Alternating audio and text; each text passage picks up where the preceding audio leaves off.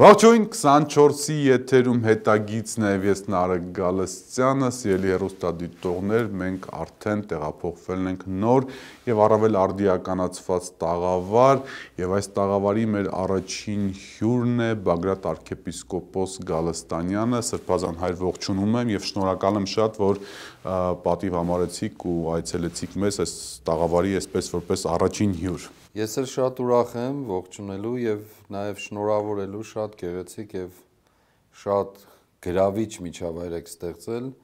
Հուսամ, որ նաեւ իր արդյունավետությունը մեր ընդհանրապես հանրային կյանքում ել ավելի կմեծանա։ Դե մի լուր կա, որ մենք մեր մեջ խոստացել ենք առաջինը հայտնել, բայց այդ լուրի մասին հետո։ Դա այդպես բան չի, այսօրվա լուր չի էլի, այսպես սպասվելիք հայկական իրականության մեջ առաջին Շնորհակալ եմ շատ Սրբազան է։ Սրբազան մինչև կուտակված բազմաթիվ ու բազմապիսի հարցերը ես կուզեի անդրադառնալ 3 խորհրդարանում տեղի ունեցած մի ծանր միջադեպի, որը կապված էր խորհրդարանի պաշտպանության հանձնաժողովի նախագահ Անդրանիկ Քոչարյանի եւ փաստորեն լրագրող Հռիփսիմե Ջեբեջյանի հետ, այնտեղ պարոն Քոչարյանը արեց մի արտահայտություն, շրթունքների հետ մաքրի եւ այլն, ու այնուհետեւ այսօր արդեն խորհրդարանում, երբ որ Գեղամ Մանուկյանն, Աննան Գրիգորյանն այսպես իրեն հարցախեղ տարեցին այս հարցով, հղում արեց ձեզ ասելով, որ ես կրկնել եմ Բագրատ Սրբազանի խոսքերը, խնդրում եմ կարճ մեկնաբանություն այդ առիթով։ Նախ ասեմ, որ ես վերստին առիթը օգտագործելով Հռիփսիմեից ներողություն եմ խնդրում, մի անգամ մի առիթով ասել եմ դա, թե հրապարակային, թե իրեն անձնապես եւ իրեն էլ հեռացայնել եմ, որ իմ արտահայտությունը ժամանակին, հիմա չեմ հիշում, MIP-ի դիմացներ կամ որտեղ էր փողոցում, եթե չեմ սխալվում, MIP-ի դիմացներ, ուրեմն իմ արտահայտությունը այդպես այն ժամանակ էլ են նույնը արել, հիմա էլ ինքը արդեն այդ մակարդակով կատարում է եւ Հռիփսիմեին էլ հեռացանել եմ, խոսել եմ իր հետ եւ միևնույն ժամանակ դատապարտելի լինելով քիչ է ասել դատապարտել, դրանք հանցագործներ են ուղղակի բոլոր առումներով, ֆիզիկական, բարոյական, հոգեվոր առումով եւ ինքն էլ լավագույն կամ բարձրագույն ներկայացուցիչներից մեկն է։ Իմ ասելիք եղել է շատ կոնկրետ, երբ Հռիփսիմեն անունները տվել իրենցից, ասելով այսինչ եւ եթե չեմ սխալվում, հենց իր անունն է տվել, ես մի բան եմ խնդրել, ասել եմ այդ անունները տալուց Հռիփսիմե ջան, ուղղակի պետքա շրթունքներդ մաքրել, որ այդ անունները չհնչեն։ Իսկ դուք հոգեվոր առումով եք։ Այո, եւ նաեւ դա հետո ծավալվեց, ուրիշ թեմա դարձավ։ Ես հիշում եմ լավ այդ պատմությունը։ Ես ներողություն եմ խնդրել, որ արտահայտությունը այդպես դարձրեցին, փոխեցին համատեքստը։ Այդուհանդերձ ուզում եմ ասել, որ Անդրանիկ Քոչարյանը ներողություն եմ խնդրում, որ ես անուն ազգանուն տալիս եմ, ճիշտ է ասել։ Այդ պահին ճիշտ է ասել, որովհետեւ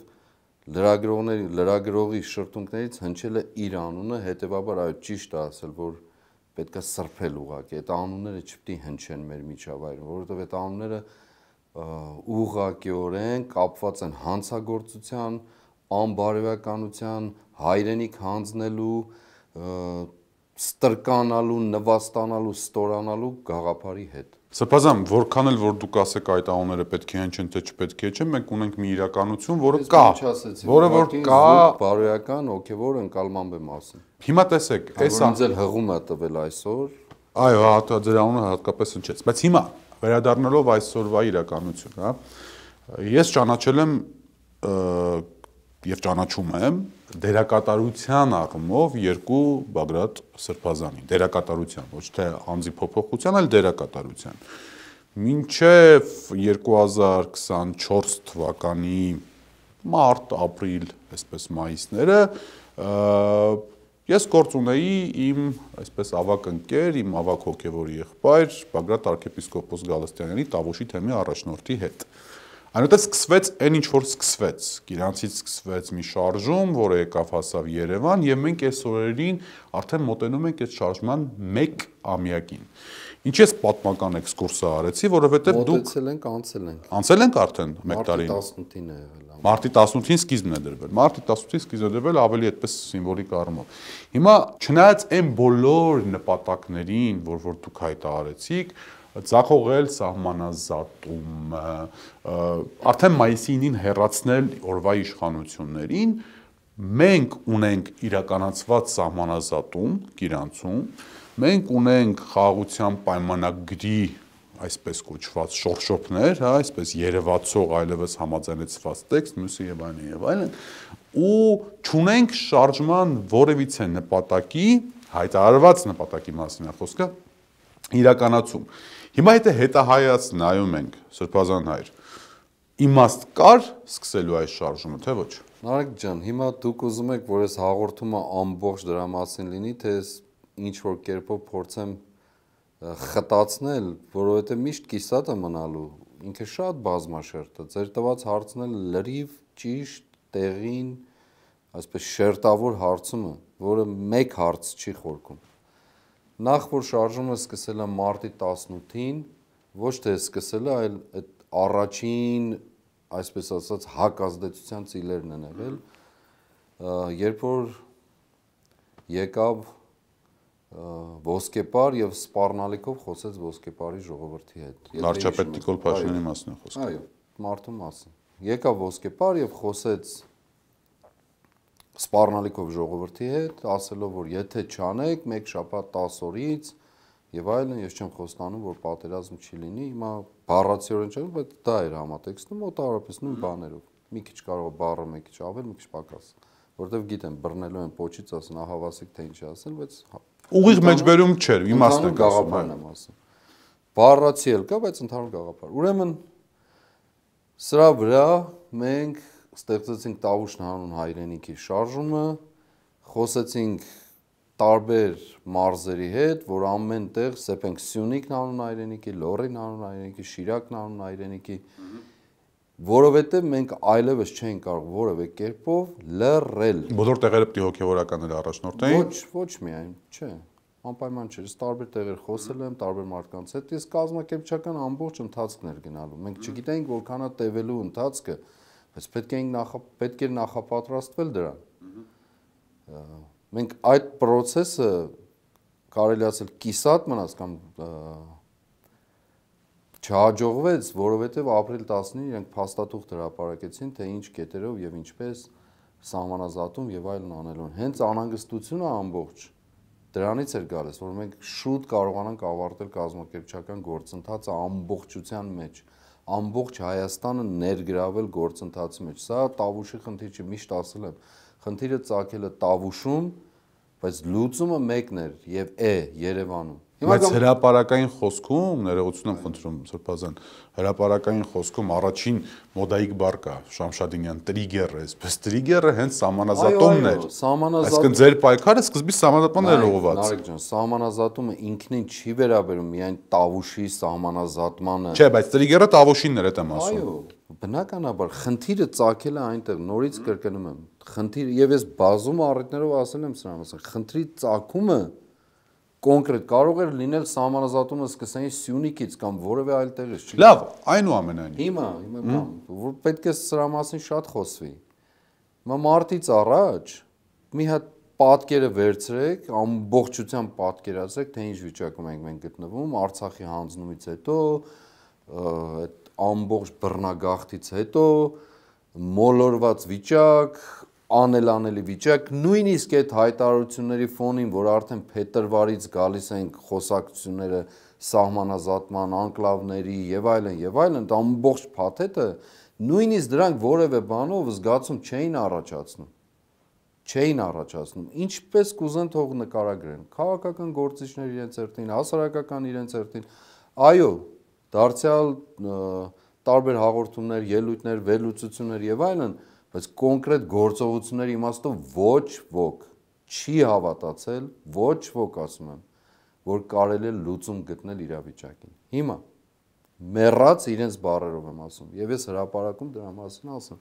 անզորության մեռած լինելու, անելանելի կացության մեջ գտնվելու եւ մնացած անտարբերության մեծ արկայություն եւ այս ամենի մեջ մենք համարձակություն ունեցանք ասելով անկախ ամեն ինչից ինչ որ կպատահի կապ չունի կձախողենք թե կհաջողենք մենք չենք կարող լուռ մնալ սա անարգանքի մեզ համար մի նոր աստիճան էր Արցախի հանձնումից հետո Արցախ ամբողջության մեջ եւ այս աղետը ցեղասպանությունը տեղի ունենալուց հետո Եվս մի բան, ես անձնապես ասել եմ, սա իմ անձնական խնդիրն է, ես ուզում եմ իմ խղճի, Աստծո առջև, իմ խղճի, իմ ժողովրդի եւ իմ պատմության առջև հաշտ լինել, նահատակներն էլ որպես ինձ ամբողջ իմ ընկերները եւ այլն, որպես այդ բոլորի արկայության վկայությունը։ Ես ուզում եմ հաշտ ապրել։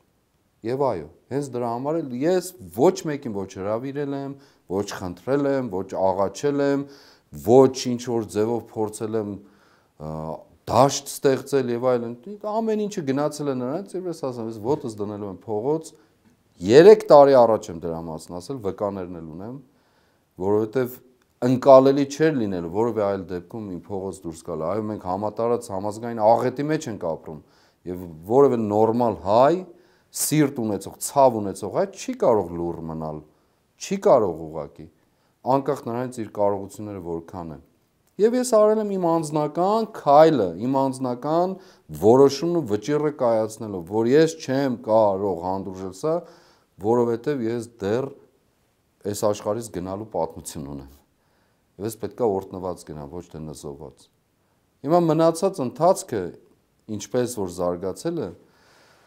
կարծեմ հարցերից մեկն էր թե ինչ տվեց, չէ՞։ Դեռ կհասնենք Սրբազան, բայց ուղղակի երբ որ ասում եք դա եղել է իմ քայլը, ես գիտեք այդ Չէ, մոռացեք են, մի ասեք։ Չէ, ես այլ բան եմ ասոցացնում։ Ինչ անեմ, հիմա բառերն ու արտահայտությունն այնքան են պղծվել, որ էլ ընդհանրական են, բայց ես բանը հիշեցի, էլի հայտնի ֆիլմ կա, չէ, Ճերմակ անուրջները, որ գնում է բանի մոտ, այդ հիմա մոռացա ճիշտն ասած, բան հերոսի անունը, ասում է հոսնա է, ասում է Տեր հայր, որ սա սիգարետը ես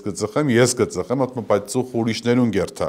Հիմա երբ որ դուք ասում եք ես իմ քայլը արեցի, այդ ծուխը ուրիշներին գնաց։ Ինչ ապրում ասում ծուխ ուրիշներին գնաց, որ հաջողությունը բազմա ծնող է, իսկ անհաջողությունը որբ է։ Երբ որ շարժումը չհասավ իր տրամաբանական կետին ու մեծ հաշվով այլևս ժողովրդի մեջ այդ էներգիաներ ինչ որ շրջանում սպառվեց, սկսեցին նաև ասել, որ Բագրատ arczepiskopos Գալստանյանը եկավ հրապարակ չունենալով որևիցե օրակարգ։ Նախ հարց տվեցիք դուք, այդ հարցի պատասխանն եմ ուզում որ տաք։ Բագրատ arczepiskopos Գալստանյանը ժողովուրդ չէր հավաքված եւ եկավ պարզապես հրապարակով անցնում էր ու որոշեց այդ գործողությունները անել։ Բագրատ arczepiskopos Գալստանյանը, երրորդ դեմքով չխոսեմ, ես 5 հոգու արկայության պայմաններում եմ եղել փողոցում, մի հոգու էլ մենակ էլ։ Ոչ մի տարբերություն ինձ համար չի եղել։ Նորից եմ կրկնում, սա իմ որոշումն է, իմ խղճի, Աստծո պատմության եւ այդ ժողովրդի հանդեպ եւ մեր նահատակների առջև։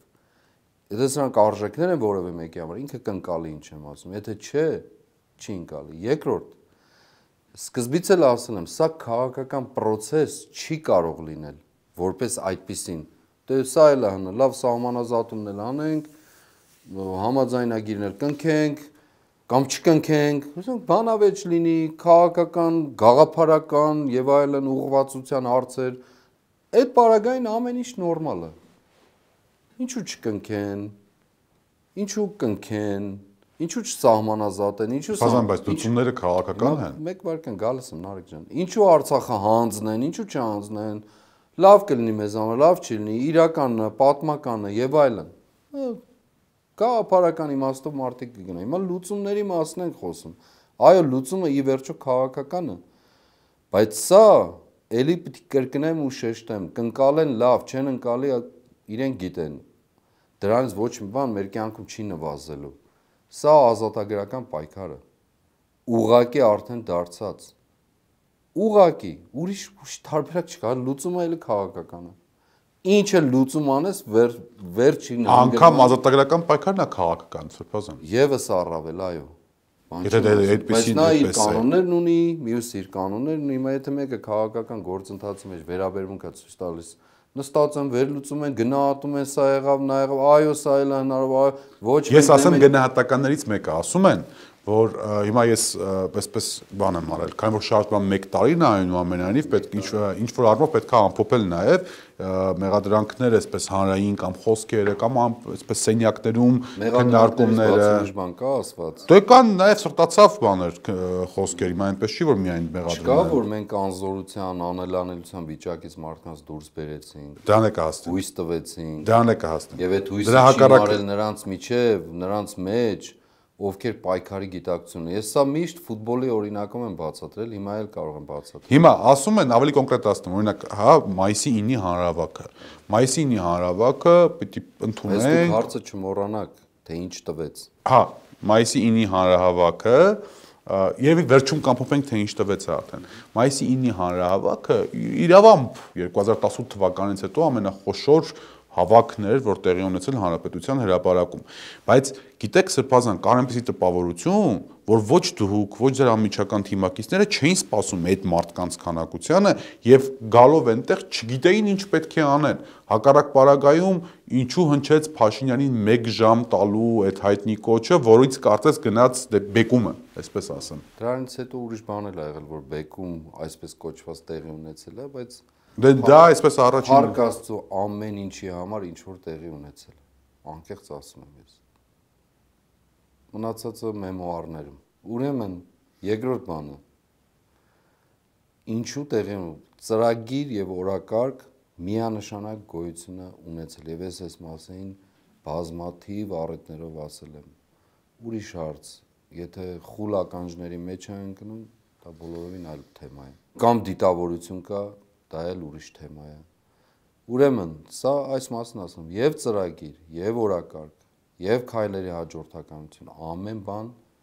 նախապես խոսված, գծված։ Այսինքն դուք երբ որ ասացիք 1 ժամ եմ տալիս, դուք դրա մասին արդեն գիտեիք։ Չէ, գալիս եմ հիմա այդ թեմային, Նարեկ ջան։ Երբ որ ես ասել եմ, ես խորհրդակցել եմ ոտքի վրա մարդկանց հետ, հենց ոտքի վրա, որ այս իրավիճակը այլ բան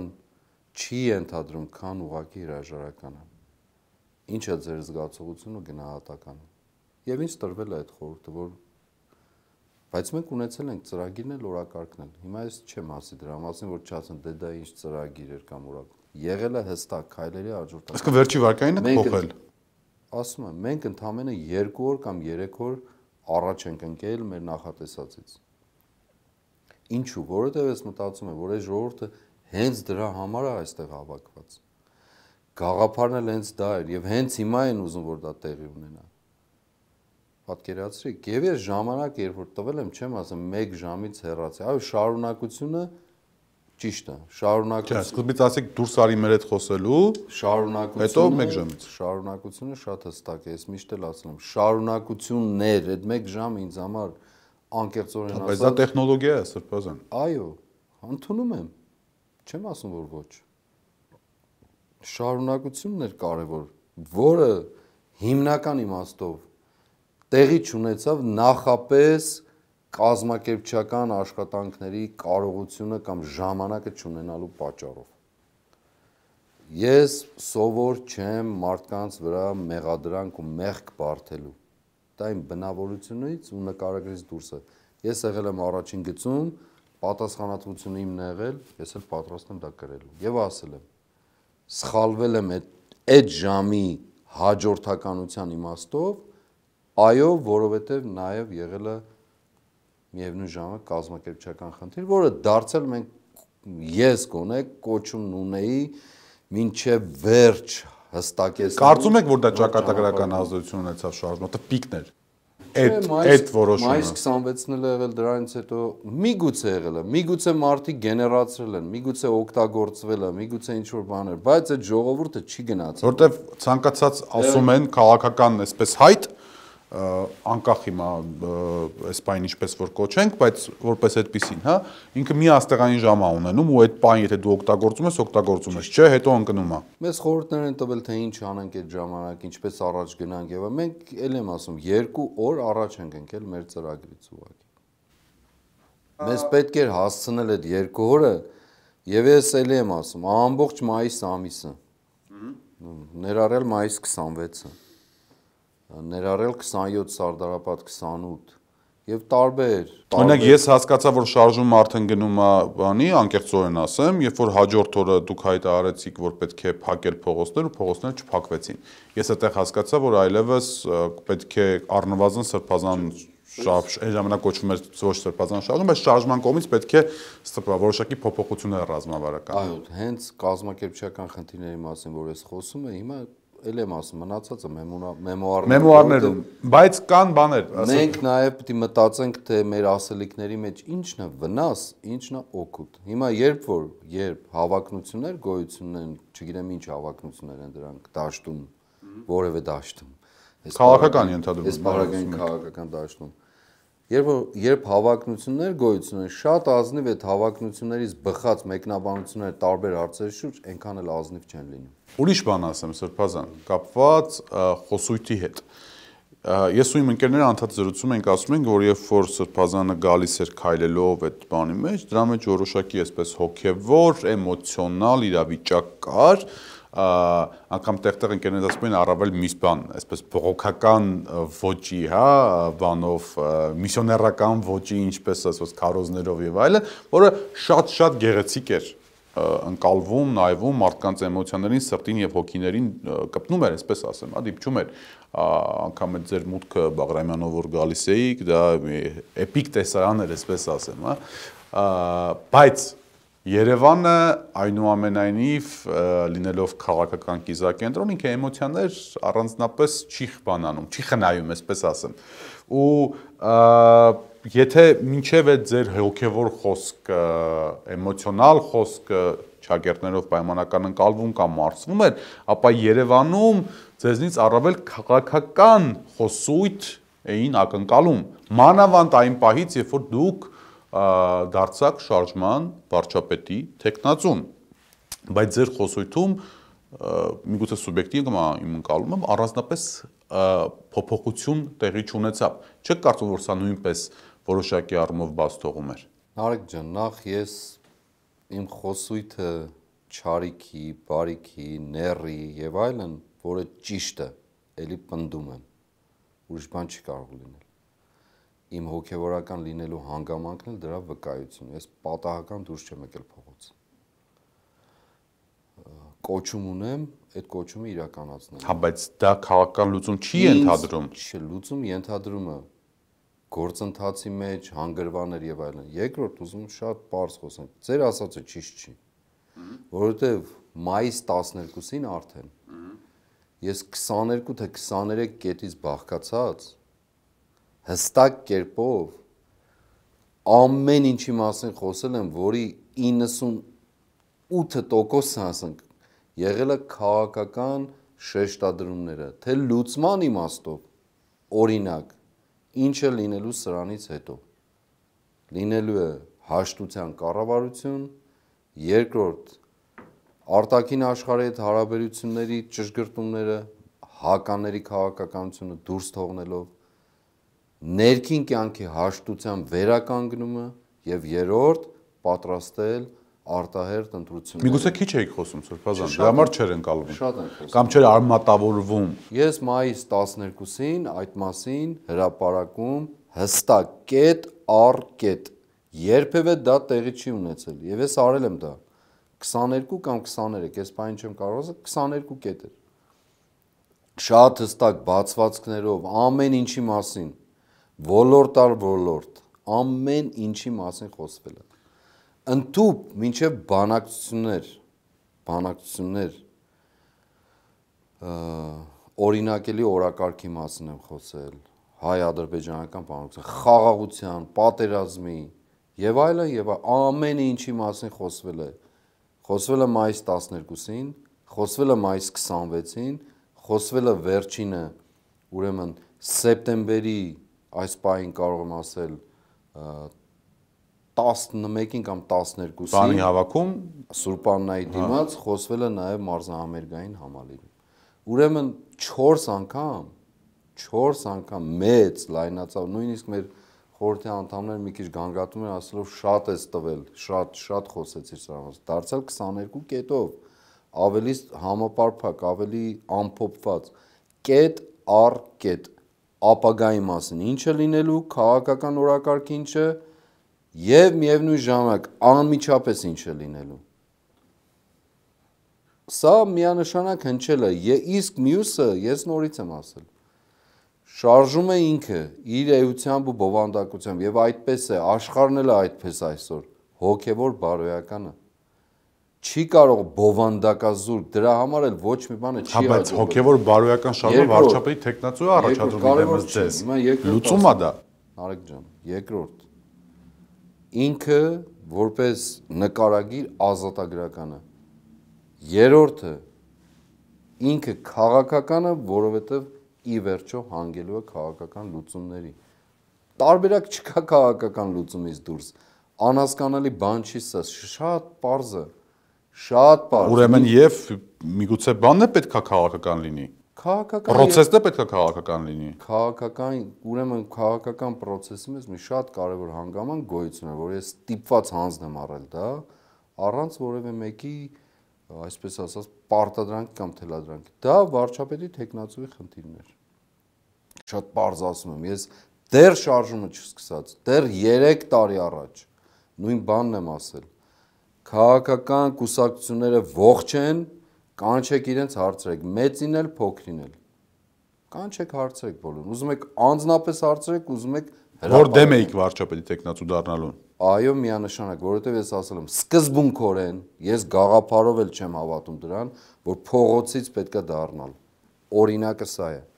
Երկրորդ, ասել եմ, որ ես կարող եմ հասցնել դեպի դուռը, բայց այդ բանալին, որ պիտի այդ դուռը բացվի։ Բայց այդ դեպքում ինչու համաձայնեցիք, Պասան։ Նարեկ ջան, ավարտեմ, գալիս եմ։ Ուրեմն բանալին ես չեմ տեսնում, որ դա ճիշտ է, եւ էլի եմ ասում, սա ասեմ 10 անգամ ասել եմ, նորից կասեմ։ Երրորդը, խոսել եմ տարբեր մարդկանց հետ, հնարավոր վարչապետի տեխնացու լինելու մարդկանց հետ, տարբեր, որ չափանիշով ուզում եք պատկերացրեք, խոսել եմ, բոլորի հետ եմ խոսել, չսկսած եմ խոսել եմ, եթե կարող են ժխտել, թող ասեն չեմ խոսել, ոչ ոք հանձն չի առել դա, հիմա դուք ոնց եք պատկերացնում, որ այդ շարժումը անընդհատ բերելու հասցնելու մինչև մայիս 26-ներին մեծություն, մինչև վերջի րոպեն էլ, 2 օր առաջ մայիս 26-ից, ու ես պիտի թողեի փլվեր ասել, չկա վարչապետի տեխնացու, գնացինք տուն։ Չէ, բայց զուտ են հանգամանքը։ Այդ վարչապետի տեխնացուի գաղափարն էլ է արհեստական ու կեղծ, որովհետև խնդիրը նախ սրան հեռացնելն է, սա համոզմունք է։ Չեք վախենում անձրևի տակ կարկուտակ ունենալ։ Այսինքն եթե միակ խնդիրը իրան հեռացնելն է, բա հետո։ Հասկանալի է հետո համաձայնությունների հարցը արդեն որոշակիորեն։ Բոլոր քաղաքական դաշտի գործիչների միջև կամ գործառույթ իրականացնողների միջև։ Ես այդքան ազատ եմ եղել։ Ոչ մի տեխնացուի, ոչ մի գաղափարի շուրջ որևէ ձևով առարկություն ոչ թե չեմ ունեցել, չէ էլ կարող ունենալ, պետք էլ չէր որ ունենայի, որովհետև իմ տիրույթը չէր դա, որ ես ասել չէ, սրանց սիրում եմ, նրան չեմ, դա այդ տեսակ բան չկա, կարողությունների հարց է բոլորի։ Ամենակարևորը պատասխանատվության հարցը։ Ովը պատրաստ ստանձնելու այդ պատասխանատվությունը։ Ես պատրաստ եղել եմ, ոչ, եւ երբեք էլ չես լինի, որևէ մեկը չի կարող լինել, բայց հանձնառությունը ստանձնել եմ, ստիպված այո։ Կոնկրետ ասում եմ։ Կան ավելի լավ մարդիկ, թող լինեն։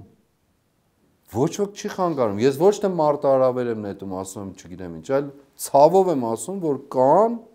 եւ պետք է լինեն։ Սրա մասին է ամբողջ խոսքը։ Դրան գալուց առաջ սրբազան, որտեղ այդ թեմաները մանպամեն ուզում անդառնալ, թե հիմա ինչա կատարվում բնականաբար։ Տվեցի տարբեր ուղղություններով ու դու էլ մոլորվեցիր արդյոք։ Չէ, բացարձակապես, ես համակարգված եմ այսպես արծին մոտենում։ Կարևոր մի բան կա, խոսությունին վերադառնալով, հա։ Կարևոր մի բան կա, որը որ նույնպես այսպես ձեր նկատմամբ, թե հանրային ասեմ, թե կամած ասեմ, այսպես ոչ այդքան հանրային մեղադրանք էլ չեմ ուզում այդ բառը գործածեմ, դիտողությունների կամ դիտարկումների ավելի ճիշտ փոյանից է։ Տեսեք,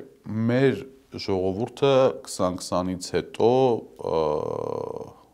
չեմ ուզում այդ բառը գործել, վախեցած է, բայց առնվազն շոկի մեջ է։ Շոկի մեջ է, վախեցած է, այսքան զոհեր, այսքան ավեր, այսքան տառապանք, Արցախի հայաթափում եւ այլն, ու պլյուս այս ամեն ինչի կա նաեւ իշխանական քարոզչություն, որ ամեն վարքյան կարող է պատերազմ սկսել, եթե դուք մեր գծած ուղիից որևիցե կերպով շեղվեք։ Ու երբ որ գալիս է Բագրատ arczepiskopos Գալստանյանը ու ասում է, որ մենք ոսկեպարով պիտի Արցախ վերադառնանք, սա անմիջապես ընկալվում է կամ առնվազն մեկնաբանվում է, չասեմ ընկալվում է, մեկնաբանվում է իբրև հնարավոր պատերազմի սկիզբ, այսինքն պայմանական, եթե շարժում գա իշխանության, բան ավանտյուրա է տեղի ունենալու, այդ ավանտյուրայի արդյունքում սկսվելու է պատերազմ Ադրբեջանի հետ։ Այստեղ չեք կարծում, որ այստեղ պետք է ոչ պատերազմի ռացիոնալիզմի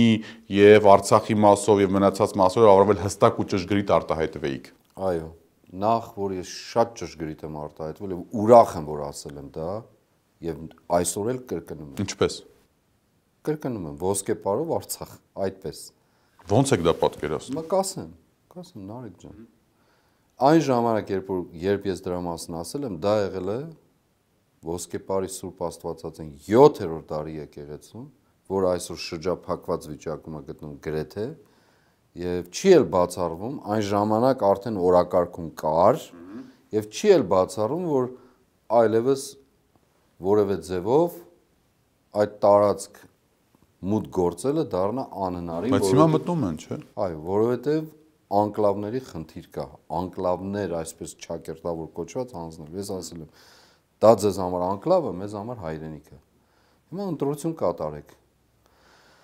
Երկրորդ, ինչու ոսկեպարում, որովհետև խնդիրը ոսկեպարումը կամ կիրանցումը այդ պարագային այդ օրերին ոսկեպարով էր թեժանում, եւ ես ասել եմ, մեր երազների, մեր իղձերի, մեր ձգտումների մասին, ես ունեմ այդ ձգտումն էլ, երազն էլ, իղձերն էլ, ով չունի իր խնդիրն է։ Կարող է բարձրաձայնել, թող բարձրաձայնի, չի ուզում բարձրաձայնել, թող չի։ Բայց իղձը քաղաքական չի, է։ Հիմա գալիս եմ, Նարեկ ջան, գալիս եմ։ Քաղաքական չի։ Դա էլ ես եմ որոշելու կամ որևէ մեկը իր համար ընտրություն է կատարելու։ Այդ օրերին Արցախն էլ գտնվում էր ուղղակիորեն գիտեք ինչ վիճակում։ Չկար այդ օրերին Արցախ։ Հայաթափված էր։ Գիտեք ինչ վիճակում էր գտնվում։ Գոյություն չուներ, բռնագաղթված ժողովուրդ, Արցախը վերացած, մնացել է մեզ համար ձգտումը։ Հիմա երբ որ մենք ցեղասպանության ճանաչման մասին խոսում ենք, դա ինչ է նշանակում։ Մեր իրավունքները, չէ՞։ Չէ, բայց դուք ընդդիմության առաջնորդ եք, ես էլի ռացիոնալ եմ բերում, այո, որը պիտի վաղը բանակցի մի մարդու հետ, եթե հաջողության հասնի, որի մասով ասում ես, որ հետընկնում Արցախ, սա է պատերազմի վախի բանը, որը նաև անշուշտ սաստկացվեց իշխանությունների կողմից։ Ցեղասպանության մասին խոսել ենք, բանակցողները տարիներով չեն բանակցել մարդկանց հետ, որոնք ցեղասպանություն են գործել, բանակցել են։ Արցախի պատերազմից հետո առաջին ի նկատի ունեմ, այդ ամբողջ ընթացքում չեն բանակցել այդ նույն մարդկանց հետ, բանակցել են։ Հա մեր իղձերն ու երազանքները ես ասել եմ, մեզանից ավելի մեծ են, քան մեր ժամանակավոր ապրած հատվածը։ Անարգանք ու անպատվություն է չխոսել Արցախի մասին։ Անարգանք եւ անպատվություն, արդեն անպատիվ ենք։ Այդ իմաստով անպատիվ ենք։ Եվ հետեւաբար իմ ասածը ոսկեպարով Արցախ,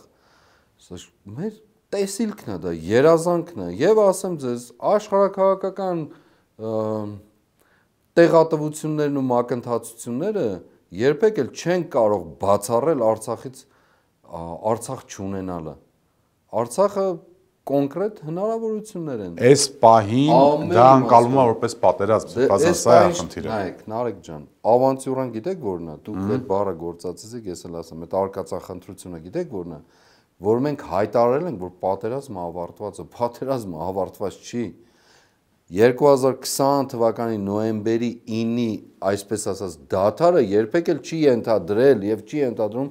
պատերազմի ավարտ։ Մենք պատերազմի մեջ ենք տևական, թե ֆիզիկական առումով ենք պատերազմի մեջ։ Վկան Սոտկը, վկան Վարդենիսի շրջանը, վկան Սյունիքի շրջանը, որ մեկն է Ջերմուկը, որ մեկն է Տավուշի հանձնելը հենց այդ հողերի։ Պատերազմը մենակ զենքով է լինում ինչու։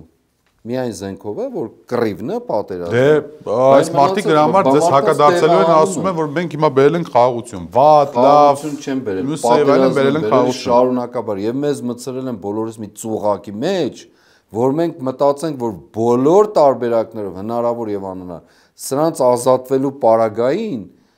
եւ ոչ նույնիսկ որևէ ձևով խոսելու այս թեմայով մենք գտնվելու ենք պատերազմի մեջ, մենք գտնվում ենք պատերազմի մեջ։ Խաղաղության համաձայնին կանդառնանք Սրբազան։ Գալով ծուղակը մի մոռացեք, նայեք, թեման չեմ ուզում առաջ գնա, որովհետեւ ուզում եմ այստեղ հստակություն լինի շատ։ Պատերազմի մեջ ենք, որոնց պատասխանատուն իրենք են իրենց գլխավորով, պատերազմել գան նորից պատասխանատուն իրենք են իրենց գլխավոր, որովհետեւ ամբողջ այս գործընթացը իրենք տարել են դրան, մտցնել թակարդի մեջ, որպես որևէ կերպով իրենց նախանշած ստրկության պայմանագրից դուրս չգա որևէ մեկը։ Հենց այդ է խնդիրը, ախր երբ որ դրա դեմ այդ ձեր գործընթացի դեմ պայքարի դրոշ է բարձրացվում, այդ պայքարի դրոշ բարձրացնողից անկախ նրանից ինքը ազնիվ թե ոչ ազնիվ նպատակներով, սպասելիքները դառնում է մի քանի հարյուրապատիկ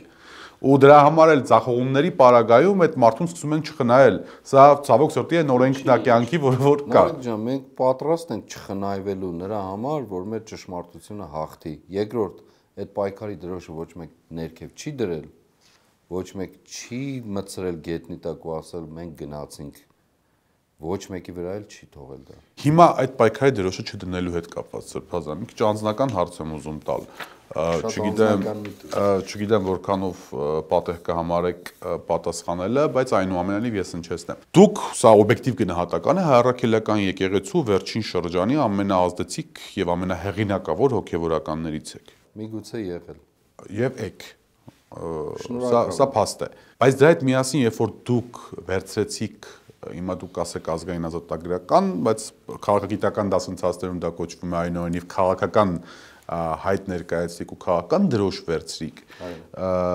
ձեր բոլոր կողմնակիցները, բոլորը, առանց բացառության, հետ վերադառնալու ճանապարհ ունեին։ Մեկը հետ էր գնալու եւ գնաց խորհրդարան, մյուսը տուն, մյուսը, չգիտեմ, խոպան, մյուսը վերջը եւ այլն, էլի։ Այսինքն բոլորի համար հետնահանջի ճանապարհ կա։ Ձեր պարագայում այդ հետնահանջի ճանապարհը գոյություն չունի, կարծես թե, որովհետեւ դուք այլևս դժվար է պատկերացնել, որ պիտի գնաք հանդարտ հետ հոգևոր ծառայության որևիցե մի թեմում, զուտ քաղաքական առումով դիմացնել կարծես թե այս բանին ոչինչ չի կատարվում։ Հիմա ճիշտ է արդյոք այդ բոլոր կամուրջները այրելը ու դրանով իսկ նաև ինքները ձեր համար հետդարձի հնարավորություն չստեղծելը։ Հետ վերադարձի այսպես։ Խիստ կամուրջ այրելու խնդիր չկա որևէ ձևով։ Ես միշտ էլ ասել եմ, չսկսածել եմ ասել, 3 տարի առաջ էլ եմ ասել, ընդհանրապես էլ եմ ասել, որ այո, այն պահին, երբ ես ոտքս դրեցի գետնի վրա եւ շարժվեցի Տավուշից որևէ տեղ այդպես պարագան Երևան այս գործընթացը սկսելու, այո, ինձ համար դժվար է լինելու վերադարձը նույն կարգավիճակին։ Բայց դա պետք է արդյունավետ լինի, չէ՞։ Բնականաբար։ Դուք նահանջ եք ասում, նահանջի խնդիր չի։ Մեր որևէ քայլը պետք է արդյունք ունենա։ Նույնիսկ նահանջը պետք է արդյունք ունենա։ Աննկարագրելի է դա։ Զգացումի իմաստով, այո, ես դադարեցրել եմ Վեհապար Հայրապետի, նաև խնդրել եմ, որ դադարեցնեմ հոգևոր ծառայությունը, որպես հոգևոր ծառայություն իրականացնելու համար։ Ինքս ինձ դրանից հրաժարեցրել եմ։ Տավուշի ամբողջ այս 9 տարվա ծառայությունը ամբողջությամբ մեջ հրաժարվել եմ դրանից եւ մեկ բանի համար եմ արել դա։ Եվ չեմ էլ զղջում, որ արել եմ։ Արել եմ նրա համար, որպեսզի նաեւ իմ միջոցով այս ժամանակները պատմության մեջ չարցանագրվեն որպես անպատիվ մարդկանց ժամանակներ։ Այո, հենց դրա համար եմ արել։ Ես ասել եմ, մեզ համար պատիվ եւ հայրենիք գոյություն ունի։ Եթե որևէ մեկի համար իր ունեցվածքը, իր զավակների արկայությունը այս կամ այն կերպերով, իր ինչ իմանամ, քաղաքական հեղինակությունը, իր ստերիլ վիճակը եւ այլն, ավելի կարեւոր են, ինձ համար կարեւոր չեն։ Միանշանակ կարեւոր չեն։ Եվ ինձ համար իմ պատիվը եւ իմ հայրենիքն են կարեւոր։ Ես էմոցիոնալ դուրս եմ գալ, սա ինձ համար համոզմունք է, մարդիկ եթե ընկալում են դա, իրենք էլ պետք է գնահատականը տան իրենց։ Նարեկ ջան, հետևյալն եմ ասում։ Սա ոչ էմոցիա է, ոչ զգացում է, ոչ մի բան, սա ռեալ ինքնագնահատական է, շատ ռեալ։ Բայց Սրբազան հայր, Իսկ հետ գնալու մասին խոսք չկա, երբ ինչ որ շարժում կարող է պարտվի այնուամենայնիվ, չէ՞։ հնարավոր է, բայց ես ասել եմ, ելի եմ կրկնում, յուրաքանչյուր քայլ,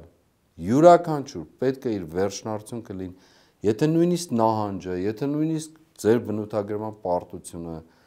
մենք էլի գալու ենք այն առաջին հարցին, թե ինչ է տվել այս շարժումը, ես շատ անհամբերությամբ եմ սպասում այդ հարցին։ Եթե նույնիսկ, եթե սա, ամենանեգատիվ, ամենավատասական որակումներով ասեք, նույնիսկ այդ բոլորը պետք է ծառայեն վերջնարդյունքին։ Հիմա այդ վերջնարդյունքը ինչ տեսքով տեղի կունենա, այդ հաղթանակին պետք է ծառայեն, չի կարող այլ տարբերակ լինել։ Մենք ոչ թե պետք է վերցնենք, գնահատենք, վերջացնենք, այլ պետք է վերցնենք, գնահատենք ու շարունակենք։ Սրա մասին է խոսքը, որ մեր քաղաքական դաշտում մեծ իմաստով, բոլորին հարգանքով, պատկերացումները այլ են, իմ պատկերացումները այլ են։ Ես ուրիշ տեսանկյունից, ես ուրիշ տիրույթում եմ ապրում, ուրիշ կերպ եմ տեսնում հարցերի լուծումը, այլ տարբերակներ, այլ եղանակներ, շարունակությունը, եւ դա բնականաբար ասել եմ, ֆուտբոլի օրինակով էլ կարող եմ դա բացատրել։ Ոչ երեկվայի միջայլուց ասում, թեպետ երեկն էլ մեջ։ Վերադառնալով այդ հետնահանջի պայմանական, այստեղ խնդիրը նահանջ հետնահանջը չի որքան այն, որ կա հայտարարված սրբազան շարժում, այդ սրբազան շարժումը այսօր համաձայնվեք, որ մի քանի փոքր ակցիաներից բացի հրապարակային առնվազն չի երևում ու սրբազան շարժման արկայությունը կամ ձեր անձի որպես ընդդիմության դեռևս այս պահին այլ չհայտարարված լիդեր չկա, բայց այս պահին այդպես կոնսենսուսային առումով դուք եք մնացել իրավունքի ուժով ենթադրաբար, սա կարող է օգտագործվել եւ օգտագործվում է առայն, որ դե տեսեք սրբազանը օրակարգ չունի, այս շարժումը օրակարգ չունի, վաղը եթե էլի փողոց դուրս եկավ, նույն պատմությունն է կրկնվելու, ժողովրդին էլի պտտացնելու են, էլի չգիտեմ, փողոց փայեք, էս արեք, այն արեք եւ այլն, այդ ամբողջ էներգետիկան վերանալու է, վերջում էլ ասելու ենք, բամոն ստացվեց, որ Փաշինյանը մնաց վարչապետ։ Նարեկ ջան, նա այդ վերջին ասելով միշտ ասել եմ, Այրաթոռ իմ տունն է եւ որոշումն էլ բնականաբար հայ եկեղեցունն է, թե ինչ ճանապարհով ես հետ կգնամ, հետ չեմ գնա եւ այլն։ Այդ հարցը դրված չի սեղանի։ Ուզում եմ դա փակել։ Երկրորդը այսքան խելացի կա մեր շարքերում ու մենք այսքան դժվար վիճակում ենք, այդ հարց տվողների մասն եմ ուզում ասել։ Այսքան խելացի մարդ կա, այսքան իմաստուն, այսքան համառ, պատրաստ, պայքարող մարդիկ, առաջնորդություն ստանձնելու ցանկություն, ժողովուրդը վեր հանելու, գեներացնելու, լուծումները գտնելու, ի վերջո այս իրավիճակից դուրս բերելու մարդ կա ու մենք այսքան դժվար վիճակում ենք, ես ուղղակի մարտահրավեր եմ նետում բոլորին։ Բոլորին։ Իմ անձի հետ կապված խնդիր թող չունենա ոչ մեկ։ Այդքան կան, այդքան շատ են, այդքան մտահոգ ու ցավող են, այդքան իրենց կյանքում հաշիվ անող չեն, մենք օրակարգ էլ ունենք, ծրագիր։ Ինչ մարտահրավերակետում չհասկացա։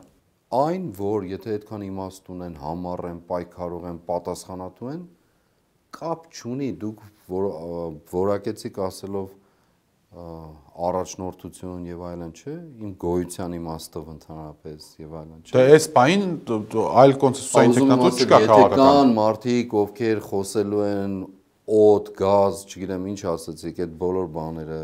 էներգիա եւ այլն, թող իրենք անեն, իրենք գիտեն օրակարգն էլ ունեն, ծրագիրն էլ ունեն, ամեն ինչն էլ ունեն։ Խնդրում եմ, այսքան խելացի մարդ կա, այսքան իմաստուն մարդ կա, այսքան համառ պայքարող մարդ կա, այսքան փողոցում պատասխանատվություն կրող մարդ կա, ինչ ասեմ, ծեծվող մարդ կա, օրերով փողոցում ապրող մարդ կա, ցանկություն կա, ոստիկաններից չվախեցող կա, թող անեն, Ինչու չեն անում, թող անեն։ Ես խանգարող չեմ, հակառակ, եթե կարողանամ օգուտ տալ, դարձել եմ ասում, դրական իմաստով եմ ասում։ Դրան է ուզում գա, եթե հանկարծ վաղը այնպես ստացվի։ Ես խանգարող չեմ, եթե կարողանամ օգուտը տալ, վնասից բացի օգուտը կտամ։ Այսինքն, եթե վաղը սկսվի նոր ընդդիմադիր գործընթաց, որի առաջնորդը դուք չեք լինելու, կամ առաջին դեմքը դուք չեք լինելու, այնուամենայնիվ հիմա դեպքերի դասավորությունը դրան է բերել Սրբազան, հիմա դա բան չանենք, այսպես արժանի մատուցենք նաև ձեր արածին, էլի, այսինքն չիջացնենք, հավասարացնենք բանի, բայց վերջը, եթե ստեղծվի, հիմա դուք եւ ընդհանրապես շարժումը որպես այդպիսին կդիտարկեք այլ մարդկանց միանալու, ոչ դուք որ չլինեք առաջին դեմքը, առաջին դերակատարը։ Ինձ համար իրավիճակի լուծումն է կարևոր։ Բառից լայն իմաստով իրավիճակի լուծումը, մեր պետության, հայրենիքի ապագան, մեր պատիվը, այս բառը անընդհատ թող իրենք ամեն օր որևէ մեկը պարզ մարդու շարքային քաղաքացիություն սկսած թող հիշեն, պատիվ, այդ ամենակարևորն է, մարդը երկու բան ունի, դուք միշտ ասում եք հոգևոր բովանդակություն եւ այլն, ես ասում եմ մարդը երկու բան ունի, մեկը պատիվն է, մյուսը անունը, այս երկու նկարագրով է մարդը ծնվել։ Ի սկզբանե, մա չգնամ այդ խոսակցության մեջ, բայց այդպես է, թող մտածեն անունի եւ պատիվի մասին, ժամանակները մեր մասին ինչ են գրելու, ես սրա մասին Դեմա ասում, մտածում են եւ դուրս են գալիս պայմանականորեն։ Թող դուրս գան սիրով, ես էլ եթե կարողանամ օգուտ տալ, ամենամեծ սիրով, մեր խնդիրը պետք է լուծվի, չարիքը պետք է հեռացվի, մեր պատիվը պետք է վերականգնվի, մեր տունը պետք է վերականգնվի, սա անընդունելի վիճակ է։ Սրբազան այնուամենայնիվ հիմա գալով ուզում եմ գալ այս վերջերս մամուլում 3 թե առաջի օրը որ ինչ-որ բան էին գրել, որ առաջնորդություն ստան ուրիշին փոխանցելու պատրաստում են եւ այլն։ Եթե այդ մամուլի ներկայացուցիչները ովքեր որ կան, իրենք տերեր ունեն, փող են ստանում դրա համար, վճարվում են դրա համար, որ ամեն Սակայն չեմ նկատել ինչի մասին է խոսքը, անկեղծորեն դրա համար չեմ անդրադառնում թեմային։ Թերթի անունն ասել, երկու աղբյուրով է գնացել, ինձ ներկայացրել են։ Ուզում եմ ասել, է բոլորին է ուղղված, ովքեր որ այդ մտածողությունն ունեն, տիրոջը զգացումի մտածողություն, փողի մտածողություն ունեն, թող պարզապես իրենց հայելիով, կենսագրությամբ որևէ կերպով որևէ մարդու մասին չխոսեն։ Ես ոչ տեր ունեմ, ոչ էլ մնացած բաները։ Սրբազան քաղաքականության մեջ տեր ունեմ, այդ քննադատությունները սա սովորական են դառնում նորմալ է, բայց այդ Այսինքն պետք է սովորած լինեիք արդեն։ բայց ինձ համար ընդունիչ է, արժեքային դաշտում է, եթե մամուլ կա, մամուլը ճշմարտության մասին է։ Տեսնում եք ինչի մեջ ենք, ստախոսության, թակավորության մեջ ենք ապրում, հիմնականում նաև իրենց տարփողվող խողովակներով։ Հիմա գալով ստախոսության ու մնացածը ինչի մասին որ դուք խոսում եք, այստեղ մի կարևոր բան կա։ Ես այս հարցը ես ինքս դրա պատասխանը չեմ գտնում Սրբազան, ու դրանից պրակտիկ պատասխան եմ առավելական կանում։ Տեսեք, չգիտեմ վաղը ինչ է լինելու կամ մեր հաղորդումը հեռարձակվելուց 1 ժամ հետո ինչ է լինելու անկեղծորեն, որտեղ այսօր երեկոյան հեռարձակվելուց քաղաքական գործընթացները, մանավանդ արտաքին քաղաքական շատ արագ են ընթանում։ Բայց ինչ են ասում օրվա իշխանությունները։ Ասում են, տեսեք, մենք վերել ենք թուղթ։ Այս թուղթը լավն է, վատն է մի քիչ, օսլայած չի, սպիտակ չի, չգիտեմ, մեր երազանքներինը չի, էս չի, ինչի, բայց սա է։ Հակառակը պատերազմն է։ Ու մինչև այսօր որևիցե մեկը չի կարողանում սրան հակառակ ծրագիր ներկայացնել Սրբազան։ Ու սա նույնպես ընդդիմության ֆունդամենտալ խնդիրներից մեկն է։ Եթե սա չի խաղաղությունը, ապա արդյոք հակառակը պատերազմն է, մեկ Եվ եթե սա չի խաղաղությունը, ապա ինչպիսին պետք է լինի խաղաղությունը ռեալ, պրակտիկ ու գետնի վրա։ Դարձը սա մի հաղորդման հարց է։ Հիմա մենք կտոր երբ խոսում ենք այս թեմաներով, բնականաբար միտեղ հասանելի է, միտեղ հասանելի։ Ես կարծում եմ առաջիկայում, եթե դուք դեմ չլինեք, այլ առիթներ կունենանք խոսելու, ավելի կամբողջացնենք։ Շատ սիրով։ Ես պատահական չնշեցի, որ մենք ներկայացրել ենք օրինակելի օրակարգ։ Երբ Մայիս 12-ին, բայց 1 տարի անցել է իրադրությունը այլ է։ Նորից եմ ասում, իրադրությունը այլ չի, գրեթե նույն իրավիճակում են գտնվում, նույն խոսույթի տիրույթում։ Խոսույթ բառը չեմ սիրում, ասած։ Նույն այդ գաղափարի, որը չգաղափարը տիրույթում։ Եթե սա չանենք, պատերազմ։ Այդպես սկսել է իմիջայլոց ոսկեպարից։ Եթե չանենք 7-ից 10 օրվա ընթացքում պատերազմ լինի, պատերազմի սպառնա։ Դե արեցին չեղավ հիմա կասեն ձեզ։ Մենք կասենք, մենք արեցինք եւ չեղավ։ Չէ, իրենք արեցին դելիմիտացիան եւ չեղան։ Եթե 7-ից 10 օրվա ժամանակահատվածում համաձայնությունը չտակ, մենք չենք խոստանում, որ պատերազմ չի լինի։ 7-10 օր հետո չեղավ, եղավ մի ամիս հետո, բայց եղավ։ Նարեկ ջան, մի ամիս հետո չի եղել։ Հիմա գանք, պետք է գանք այն մյուս հարցին, որ դուք ասել եք։ Մենք ընդվզել ենք, չէ՞։ Այո, փաստը։ Եվ փաստը, որ պատերազմը չի եղել։ Չէ, փաստը որ եղել է դելիմիտացիա։ Դելիմիտացիան եղել է կռվով, դավով, ամեն ինչով։ Իրենք ասում են, եթե դուք մենք չենք համաձայնվել եւ մինչեւ հիմա էլ չենք համաձայնվում։ Այդ process-ը շարունակական մի հատ գործընթաց է։ Հասկացա, բայց այդ սահմանը եղել է արդեն 4 գետնի վրա։ Դա չի կարելի մի փոքրիկ այդ դրվագով սահմանափակել, որովհետեւ իրենց ծրագիրը շատ ավելի մեծ է։ Չէ, կոնկրետ որ ասում եք ոսկեպարտիզանին ասել են չանեք կլինի ծրբան պատերազմ, արեցին, պատասխանեն, արեցին չեղավ պատերազմ։ 7-ից 10 օրվա ընթացքում չեն արել, պատերազմը չի եղել 2 ամիս հետո։ Դե այդ պարագային լավ 2 ամիս հետո է, այս պարագային կարծես թե ամեն օր է։ Հիմա խաղաղությանը։ Հիմա կամ ծրագիր։ Նախ իրենք են ամբողջը հյուսել, ամբողջ նյուանսներով ինչ են խոստացել բանավոր ու գրավոր, ինչ են արել, ինչ թակարդներ, ինչ ծուղակներ, ինչ խոստումներ, ինչ երթումներ, ինչ են տվել, ոչ ոք չի կարողացել։ Ինչու է իրենց օրակարգը այսպես ասած գործում եւ ընդդիմության ասած, ընդդիմություն լայն իմաստով, ես ընդդիմություն չեմ համարում, այլ համարում մարդիկ, ովքեր համաձայն չեն այս իրավիճակի հետ։ Հույները ասում են օխի, ոչ։ Այո, ոչի, ոչ, դա էլ մի ուրիշ պատմություն։ Ուրեմն ինչու եմ ասում, որ ինչու է մեզ թվում, որ իրանք արդյունավետ են կամ ինչ որ բան են ներկայացրել, որ եւ այլը մյուսները չեն կա։ Ով ասես չեն ներկայացրել։ Բոլորն էլ ներկայացրել են, հիմնական իմաստով էլ, բայց հարցը հետեւյալն է, թե իրենց քարոզչան մեքենան այդ ողջ ծավալով ինչպես է աշխատում եւ իրականում ուր են տարել հասցրել, ինչ անկյուն են մցրել, որի մասին քիչ առաջ խոսում էինք։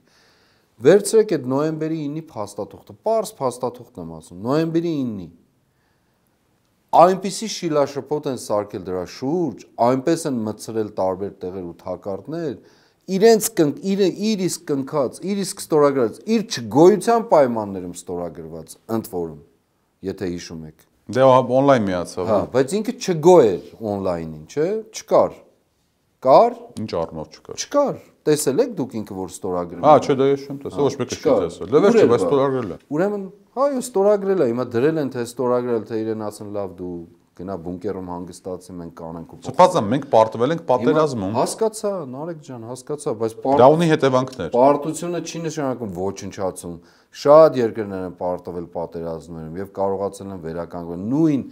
հենց Թուրքիայի օրինակը բերեմ, որ չսիրած օրինակը 1000-ը մի պայմանագրեր կնքած։ Ինչ արեցին 1920 թվականին։ Օսմանյան կայսրության ավանդույթները կրող Թուրքիային 30-ամյա Հայաստանի հետ մի քիչ դժվար է համեմատել, սպասա։ Դրա մեջ պարտված պետությունը ինչպես վերականգնվեց, ինչպես առաջ շարժվեց։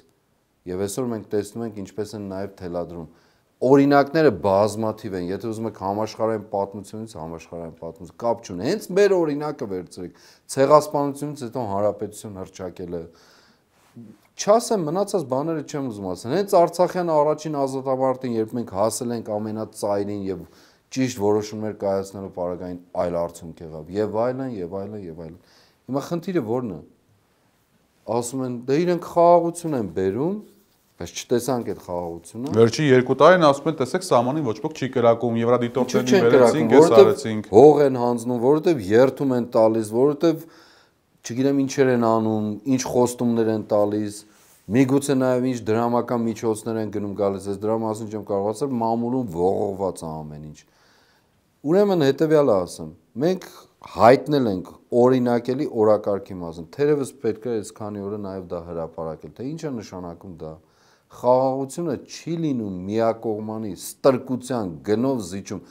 Դուք տեսել եք մի փաստ, մի հանգամանք, դուք քաղաքագետ եք, եթե չեմ սխալվում։ Մասնագիտությամբ։ Մասնագիտությամբ։ Դուք կարող եք մի դեպք արձանագրել, որ որևէ երկրի ղեկավար ասում է, ես պատրաստ եմ միակողմանի ստորագրել, երկրորդ Նույնիսկ գնում ստորագրումը Գրանադայի օրինակը որպես փաստ։ Դուք այդպիսի բան տեսել եք ձեր կյանք։ Դրանից հետո կարող եմ մի հատ ասել, լավ, սա չնեղը չգիտեմ, ասել սա լավ, անցանք այս թեման։ Սպիտակ թուղթ ենք բերում, կամ ինքը ասի, սպիտակ թուղթ տվեք, տակը ստորագրեմ ինչ ուզում եք։ Հիմա պատերազմը գալիս է քո անընդհատ զիջումներից եւ իրենք են բերել դա անընդհատ զիջելով։ Իրանք ինչ են ասում, Սրբազան, պրակտիկ, գետի վրա ասում են հետեւյալը. աշխարհը մեզ տեր չի կանգնում այլևս, Ռուսաստանի հետ մեր հարաբերությունները փչացած են։ Ես շատ եմ անում Իրանի հետ, Իրանը իր խնդիրներով ա լուծվել, Թուրքիան ռեգիոնալ պետությունն է, Թուրքիայից է կախված մեր տարածքային ամբողջականությունը, կուզեն մեզ կուտեն, կուզեն չէ, էս էլ իրանք են ռաստ։ Բերել հասցրել այդ իրավիճակին։ Ես, դուք ով է բերել ասել, ով է երկրի պատասխանատուն, բա որ անկարող էիք, չեք կարող, ինչու մարդկանց խաբեցիք ձեր ծրագրերով։ 2000 պետք է հիշեն մարդիկ, պետք է հիշեք եւ դուք հիշեցնեք ամեն 21 թիվն եք ասում։ Այո, 2021 թվականի նախընտրական կառավարության ծրագիր, էլ որ մեկն ասում, ինչ է արձանագրված այնտեղ։ Ասում է գնացել ենք, չէ, մի վարքան դրա պատասխանը կա, ասում է մենք բոլոր մեր ծրագրերի հետևից գնացել ենք, տեսել ենք որ դա տեղի չի ունենում, չենք հաջողում, հետ ենք եկել։ Հետևաբար, հիմա դու մի գործարան ունես, գործարանի տնօրեն ես կարգել, ամբողջ այդ գործարանի աշխատակիցների ընտրությամբ։ Այո։ Գործարանի տնօրեն անընդհատ ասում է, «Էս ինչ բանը փորձեցի, չեղավ, այն ինչ բանը փորձեցի, ես ծրագիր նպատակ ունեմ, փորձեցի, չեղավ, փորձեցի։ Եթե գործարանի ես տերը չեմ, բայց եթե գործարանի աշխատակիցները, ինչպես Հայաստանի Հանրապետության այսօրվա բնակչությունը, ոչինչ չեն անում, ես ինչ անեմ։ Հետևաբար ասում եմ, եթե դու տերն ես այդ գործարանի, որ նշանակել ես տնօրեն, Սրբազան հայր, ես չեմ պահի։ Եվ ասում եմ, որևէ մեկը կպահի, չի պահի, այդ աշխատակիցներն էլ չեն պահի։ Ես պահելու խնդիրը չի, բայց երբ որ ձեր ասածների հետևանքով Հայաստանի Հանրապետության բնակչության մեծ մասը, ճնշող մասը չի ելնում ու չի ասում օխի, այդ ոչը այսպես կոչված, ուրեմն նորմալ է։ Մարդիկ իրավունք ունեն խաբված լինել։ Մարդիկ վախեցած են միգուցե ավելի շատ, ոչ թե խաբված։ Դա ուրիշ հարց է, մարդիկ նաև ինչպես եք բերելու խաղաղություն։ Վախեցրել են, հիմա կասեմ։ Մարդկանց նաև վախեցրել են, մարդկանց մեջ էլ վախը կա։ Մի մասի, չեմ ասի ամբողջի։ Եվ դա նորմալ է, դա բան չի, պախարակում չի։ Չեմ պախարակում, որը պախարակել են մի բանը, որ չեն խոստովանում դրա մասին։ Հազար մի պատճառ բերում են, հազար մի պատճառ զուտ չխոստովանելու համար, որ ինքը վախեցած է։ Որևէ անհատ խաղաղության անցնելով խաղաղության օրակարգը պետք է լինի նաև քո սկզբունքների թելադրանքը։ Ամենակարևոր հարցը ոնց են Ալիևին ինչ-որ բան պարտադրելու Սրբազան։ Ոչ մեկին ոչինչ չի կարող պարտադրել, եթե ինքը չուզենա։ Կամ ամենասկզբունքային հարցը։ Խաղաղության օրակարգից վերացված են միջնորդները։ Եվ պատահական չի, որ ԵՀԿ Մինսկի խմբի լուծարման շեշտադրումը տեղի ունենում։ Միջնորդներն են վերացված։ Ընդհանրապես աշխարհում բանակցությունները այո երկու կողմերի միջև են լինում, բայց տեղի ունեն միջնորդների առկայությամբ, որոնք արձանագրում են այդ բանակցային ամբողջ մինուսներն ու պլյուսները։ Ես ներողություն եմ գտնում, մենք 20 տարի ԵՀԿ Մինսկով բանակցեցինք, արդյունքը սա էր, դրանից հետո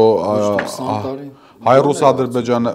2018 թվականի իշխանափոխություն, հետո 20 թվականի պատերազմ, հետո Արցախի կորուստ։ 2018-ից հետո բանակցային գործընթաց խորքում որպես այդպեսին գրեթե տեղի չի ունեցել։ Փաստաթղթեր են թաքցվել, պարզվում է 2019-ին ինչ որ առաջարկներ։ Դե մենք դրա մասին հարցինք խուսափեցին պատասխանը։ Ասում է խորհրդարանը մեկ հերոստացույցի միջից են կանել, մեկ ինչ էր Սառնարանի տակից են կանել, մեկ չգիտեմ ինչից են կանել, փաստաթղթերը բանակցային։ Չէ՞։ Եվ շատ վավերական հարց է, իրավունքի հարց է։ Հրապարակի փաստաթղթերը մարդիկ տեսնեն, այլևս ժամանակավրեպ է, չէ՞, այդ փաստաթղթերը գաղտնիությամբ պահելը։ Դե ասպա չունենք ամբողջական այսպես սուտ է խոսում, չէ՞, ինչպես միշտ։ Հիմա երկրորդ գամ խաղաղության։ Այո։ Կարևորագույն հարց է այստեղ։ Կարևորագույն հարց է։ Միջնորդների ում եք պատկերացնում միջնորդ։ Դες սեսակամեղադրեն կասեն Ռուսաստանին եք բերելու էլի։ ԵՀԿ Մինսկի խումբը որպես այդպեսին գոյությունի լուծարված չի։ Վերադառնալ նույն ֆորմատին, նույն հնարավոր չի։ Ինչպես հնարավոր չի։ Հիմա Ցիտում եմ Ռուսաստանի արտաքին գործերի նախարարության խոսնակ Զախարովա երեկվա խոսքերը, որ նույն ֆորմատով ԵԿ Մինսկի խումբը հնարավոր չի որ այլ աշխատի։ տարբերակ պետք է գտնվի։ Սպառվել է։ Ուրեմն այլ տարբերակ պետք է գտնվի։ Ես դժվար եմ պատկերացնել Ֆրանսիայի ու Ռուսաստանի նույն սեղանի շուրջ գտնվելը, էլի։ Այսքան կռիվից հետո Ուկրաինայի հետ կապված, առնչված այսքան ահռելի աղետներից հետո մեզնից ոչ պակաս եթե չասեմ ավելի։ Եթե հնարավոր է որ երկու կողմերը նստեն իրար հետ խոսեն ինչ որ թեմաների շուրջ փորձելու համաձայնություններ գտնել, ուրեմն ամեն ինչ էլ հնարավոր է։ Բայց դիվանագիտությունը ինչի մասին է։ Մենք ուկրաինական բան չունենք։ Հիմա ինչ չունենք։ Կարևորություն։ Հասկացա, բայց դիվանագիտությունը ինչի մասին է։ Դե եթե ամեն ինչը չունենք, բամերս գոյությունը ինչի համար է։ Մենք ինչի համար ենք պայքարում կամ ուզում պայքարել կամ ընդհանրապես ուզում ապրել։ Բայց դիվանագիտությունը ինչ է։ Դիվանագիտությունը նշանակում է միայն ասել դուք ինչ ասեք մենք կանենք։ Դա է նշանակում։ Թե ասել նա այսինչ բանը փորձեցինք չստացվեց, չհաջողվեց։ Չհաջողվեց մի անգամ, չհաջողվեց երկու անգամ։ Թողեք գնացեք, եթե այդքան բարոյական։ Ես առաջ օրվանից ասել եմ, սա չպետք է լինի մեր պահանջով հեռանալու, այլ սեփական անկարողություն ընդունելով հեռանալու։ Դա բացառվում է, Սրբազան։ Հիմա ինչպես որ Չարիկը խորհուրդ է տվել Սաակաշվիլուն, եթե հիշում եք 2009 Դա բացառվում է։ Հիմա 26 թվականին ասում եք թողեք հեռացեք, ասում ենք 26 թվականի ընտրությունները դիմացը, մենք գնալու ենք ընտրությունների, Հայաստանի Հանրապետության քաղաքացիները եթե որոշում ընդունեցի, որ մենք գնալու ենք, մենք կգնանք։ Սրբազան հայր, այստեղ կա ընդդիմության մեջ երկու լրջագույն կռիվ։ Ընդդիմության մի հատվածը, այսպես ասեմ, ասում է, որ որևիցե պարագայում ընտրություններով Փաշինյանին հեռացնել հնարավոր չի, սա մի հատվածն է, մյուս հատվածը ասում է պետք է փորձել բոլոր տարբերակները, հավանական է ընտրությունները։ Հիմա ես ուզում ձեր կարծիքը լսել։ Ես կարծում եմ, որ Դուք գնալու եք ընտրությունների, շարժում այսպես ասենք, էլի։ Ոչ, բնականաբար ոչ, ընտրության որևէ հարց չկա։ Ում հետ պիտի գնաս ընտրությունների, ինչի համար պիտի գնաս ընտրությունների, որինչ։ Երկրորդ ես նախորդ ընտրությունները տեսել եմ առաջին ձեռքով, գիտեմ թե ինչ են անում, ինչպես են անում։ Ինչ եղանակներով ու տարբերակներով թող չասեն, որ որևէ ճնշում, բան եւ այլն, վարչական լծակ, սա նա տեղություն լավ էլ տեղի ունեցել։ 21 թվի մասն եք խոսում։ 21 թվին եմ ասում։ Ուսուցիչներին հարցրեք, գնացեք գաղտնի հարցրեք, թող պատմեն, տարբեր ինստիտուտների աշխատակիցների հարցրեք։ Լավ, ընտրություններին գալու։ Այն աստիճան, որ կարող ասենք դպրոցի տնօրեն հրապարակային սուտ խոսել, օրինակ։ Որի մասին։ Մեծ բացառություն Ադրբեջան, քիչ են Որի խոսում։ մասին ես անձնապես այդ մարդուն Հա, կոնկրետ դեպք եք ասում, հասկացա։ Երկրորդ, նայեք, ընտրությունների չընտրությունների խնդիր չկա։ Ոնց չկա։ Գնալու ներողություն, լավ։ Մասնակցությանը նկատի ունեմ։ Մասնակցության իմաստով, այո, ընտրությունների մասնակցելու խնդիր չկա։ Մենք ամեն օր գտնվում ենք աղետի մեջ։ Մարդ ընդամենը մի օր, երկու օր առաջ դուք էլ անդրադարձել եք այդ թեմային։ Ինչ է գրում։ Պատրաստ եմ միակողմանի ստորագրել։ Պատրաստ եմ Ինքը չի ասել պատրաստ եմ միակողմանի ստորագրել 24 իր տեղեկությունների համաձայն գրել, որ ճշտեմ, էլի։ Դուք հայտնել եք, բայց ինքը հայտարարություն ա արել։ Այսօր ես պատրաստ եմ ստորագրել, բայց ոչ միակողմանի բառը չկար։ Ոնց մեկ կողմով ստորագրելու համաձայնության տակ հիմա Ճշտել է պետք Սրբազան։ Լավ, այնուամենայնիվ։ Այս մարդը ամեն ինչի ամեն օր պատրաստ է։ Մեր տեղեկություններով, սա էլ ասեմ, որպես դուք իմանաք։ Մարտի 8-ի այդ շրջանում հանդիպում է տեղի ունեցել դեսպանների հետ, տարբեր դեսպանների հետ, եւ նաեւ հայտարարել է մարտի ինչ որ արդեն հրապարակով տենց լղոզելով անցավ գնաց վրայից, բնականաբար, եւ անդրադարձ է ունեցել միջանցքի խնդրին, խաղաղության խաչմերուկի, այսպես ասած, գունավորման մատուցելու, եվրոդիտորդների խնդրին, դատարաններից հետ կանչելու խնդրին, դատերը դրանով Արցախ պատանդներ, գերիներ բոլորին մատնելով անտերության ամենալայն իմաստով։ Ուրեմն ամեն րոպեն անսպասելի է մեզ համար թե ինչ է լինելու մեր կյանքի հետ, մեր գոյության հետ ընդհանրապես։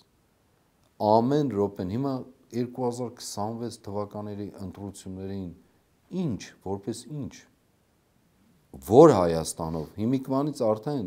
պետք է հասկանալ ինչ կառուցակարգով,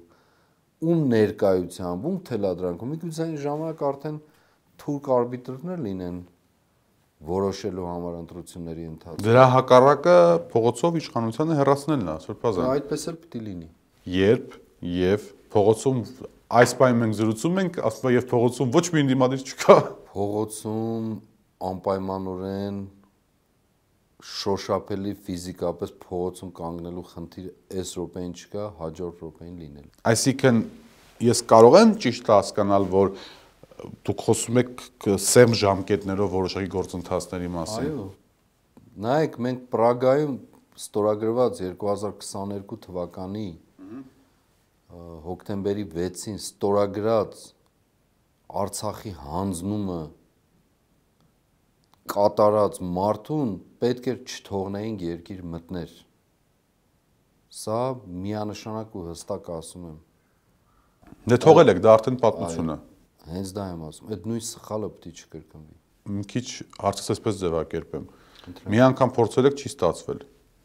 Ինչի պիտի երկրորդ անգամ մարդիկ փողոց դուրս գան։ Մենք ի վերջո չեկանք հասկանում։ Հասնում ենք։ Ինչի պիտի երկրորդ անգամ մարդիկ ձեր կոչով փողոց դուրս գան։ Նայեք, մեր փորձածը ոչ թե փորձ է եղել, այլ եղել է ձգտում, եղել է պայքար եւ մնացել է այդպիսին։ Լավ։ Մենք ոչ թե փորձել ենք չի ստացվել, հետ են գնում նորից գանք, ոչ, մենք շարունակաբար պայքարի մեջ ենք։ Ու այդպես Հա, բայց բազմամարդ հավաք դուք չեք ունեցել մի քանի ամիս։ Ավելիով էլ կլինի, քան մայիսի 9-ը, քան մայիսի 26-ը։ Այդ հարցն եմ տալիս, ինչու պետք է մարդիկ փողոց Շատ դուրս գան։ ավելիով կլինի, որովհետև մարդիկ այլևս ավելի խորքային իմաստով պատկերացնում են, թե մենք ուր ենք գտնվում, ինչի մեջ ենք գտնվում։ Դուրս եկեք փողոց, որպեսզի մեր կապարանոց բաներ չասեմ, դուք էլ եք փողոցում գտնվում, խոսեք մարդկանց հետ, տեսեք ինչ են ասում։ 1, երկրորդ, որևէ կերպով պատասխանատվություն ստանձնողի համար ոչ մի բան չի ավարտվում այնքան ժամանակ, մինչև արձանագրվում է պատկերացրած վերջնարդյունքը։ Հա, բայց բանա տեղ ունենում, իրավիճակների փոփոխությունա տեղ ունենում։ Բացարձակ նշանակություն չունի։ Բացարձակ նշանակություն չունի, ինչու եմ ասում բացարձակ նշանակություն չունի, որովհետև այս պայքարը նաև արդյունքներ է արձանագրել, որը համառորեն չեն ուզում տեսնել։ Ինչ տվեց շարժումը ձեզ այդ պարագայում, տամ այդ բան հարցը, այսպես առաջին հարցից մինչև գրեթե մեր հաղորդման վերջ ձգվող հարցը, ինչ տվեց շարժումը։ Այս շարժումը ինչ է տվել։ Նախ մենք գիտենք, որ Ներողություն, Փաշինյանը վարչապետ է, դելիմիտացիան իրականացված է, խաղաղության պայմանագիր հեսա կնքվում է, փողոցում էլ ընդդիմություն չկա։ այո, չկա։ Տավուշտել առանց թեմի առաջնորդի է մնացել։ Չկա կլինի, Նարեկ ջան, դա այդքան տենց մեկին գումարած մեկ չի, դուք ավելի լավ գիտեք։ Ուրեմն Ես մի քիչ գրոտեսկ եմ անում այն։ Ուրեմն ինչ է տվել, ես սրա մասին շատ եմ խոսել։ Իրենք արդեն նախատեսել էին մայիս 15-ին, հունիս 1-ին կամ 2-ին, սա ամբողջ փուլերը անցնել, ավարտել են ժամանակ, անկլավներով, փաթեթով, ամեն ինչով։ Անկլավներ իրենց լեզվով եմ ասում։ Դարձյալ իրենց լեզվով, որ հստակ լինի։ Չակերտավոր։ Բայց անկլավ չեն։ Չէ, անկլավ չեն։ Ինձ համար անկլավ չեն։ Ուրեմն Այս դրանից էլ ասում են, Սրբազանը պատերազմ է բերում։ Սրբազանը ասում է այն ինչին հավատում է։ Սրբազանը լեզվի տակ չի դնում այն ինչ որ չկա իր մտքում ու սրտում։ Ուրեմն երկրորդը այդ ամբողջ փաթեթը իրենք ձախողել են։ Այո, մենք կարողացել ենք ինչ որ չափով դա հետաձգել եւ այն փաստաթուղթը աշխատանքային եւ այլն որ կար սեպտեմբեր-հոկտեմբեր այն օրերին արդեն պետք է ամփոփած լինեին, ավարտած լինեին, սահմանադրության խնդիրներն էլ լուծած պետք է լինեին բոլոր առումներով։ Եվ այսօր Չարիքը չէր ասելու, որ դեսպանների արկայությամբ, որ մենք զգուշանում ենք կամ մտահոգ ենք կամ այսպես մտահոգ ենք, այո, որ կարող է ժողովրդային ընդվզում լինի, եթե ես դիմում անեմ, հայտարարություն անեմ եւ այլն։ Չէր զգուշանը, որովհետեւ անցյալ տարի իրենք կարծում էին հենց այս օրերին, որ գերեզմանակարը դրել են, իրենց բոլոր ուզածները կարող են անել եւ շատ հեշտությամբ անել ու ավարտել խնդիրը։ Եվ մենք այսօր կունենայինք արդեն իսկ շատ ավելի առաջ գնացած խորացած խնդիրներ, քան այսօր։ Երկրորդ բանը, մենք հույս ենք բերել։ Այո, հուսախաբություն էլ եղել, բայց բերել ենք դա։ Բայց ձեր մենք ցույց ենք տվել ժամանակավոր, այսպես ասեմ, որպեսզի բանջարան ձախողողները ավելի մեծ հուսահատության չբերեց։ Ոչ, մենք ցույց ենք տվել, որ մեր ժողովուրդը մեռած չի, այն ժողովուրդը, որին ինչ անուն ասես կպցրել են, բոլոր իմաստներով, ընդཐུպ մինչև անտարբերության, հուսահատության եւ այդ բառը նորից եմ շեշտելու, մեռած ժողովուրդ որպես։ Ես չեմ հավատացել դրան, ու մենք ցույց ենք տվել, որ այդպես չի։ Այդ հիացումները, որ արտահայտել են մարդիկ, որոնք նկարվել են այդ ֆոներին եւ այլն, թե քաղաքական, թե ոչ քաղաքական նպատակներով, այդ հիացումները դրա մասին են խոսում, այդ ժողովրդին տեսնելուց։ Այո, մենք ցույց ենք տվել, որ այդ ժողովուրդը մեռած չի եւ որևէ պահի ինքը իր իրավունքների տեր կանգնելու պատրաստակամություն ունի։ Լավ չեն առաջնորդները, ես կոնկրետ իմ պարագային եմ ասում։ Ինքը կլուծի իր խնդիրը,